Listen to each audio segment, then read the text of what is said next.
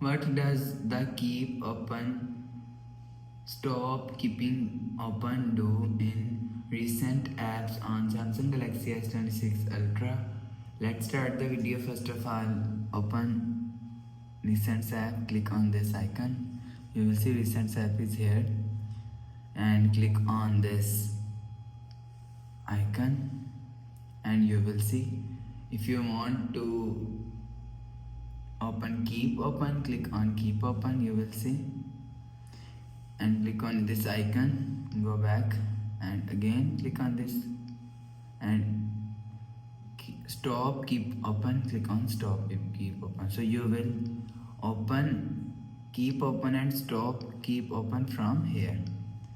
After the process, go back to home screen. So that's how you can does the keep open, stop keeping open do in recent app on Samsung Galaxy S26 Ultra.